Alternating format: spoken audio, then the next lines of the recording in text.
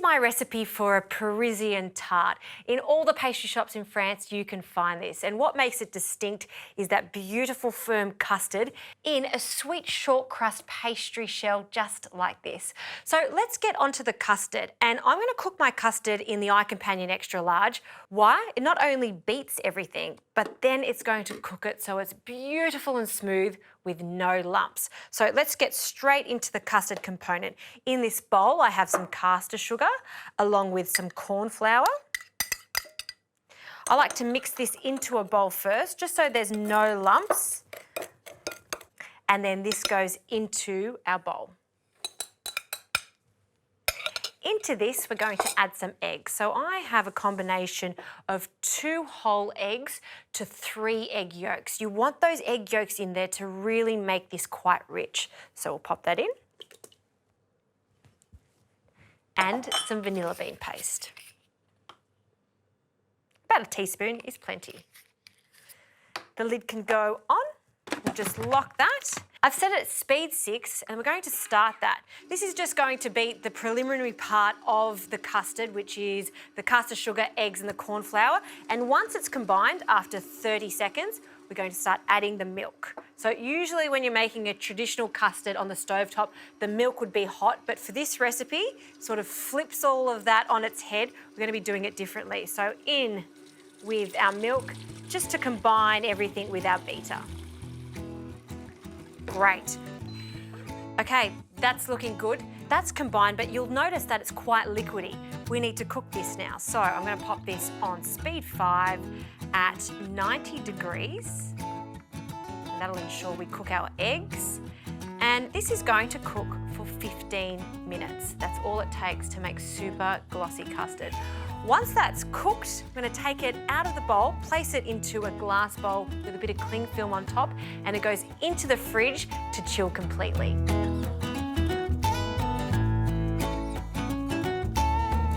Custard's completely chilled and you can see that it's firmed up significantly.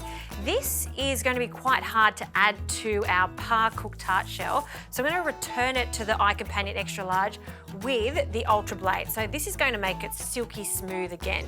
You want this custard to be cold before you add it to the tart shell because by nature it is a really firm custard and you need to chill it first and then break it up again. So it is that second process that is quite important for this. Lid can go back on. And we're just going to pulse this and you'll see straight away that it loosens up.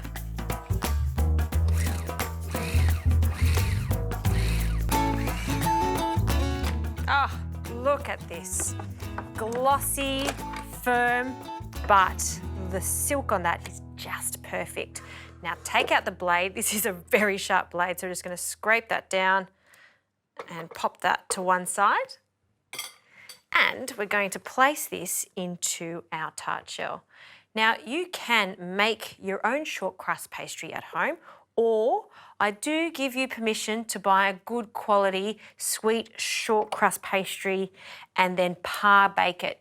You really want to par bake it for this recipe because you want the base to be quite dry, and that only takes about 15 to 20 minutes in a hot oven.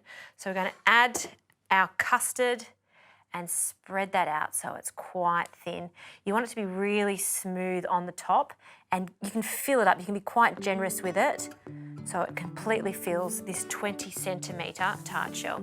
This then goes into the oven as is, 160 degrees, and it's going to cook for about 15 to 20 minutes.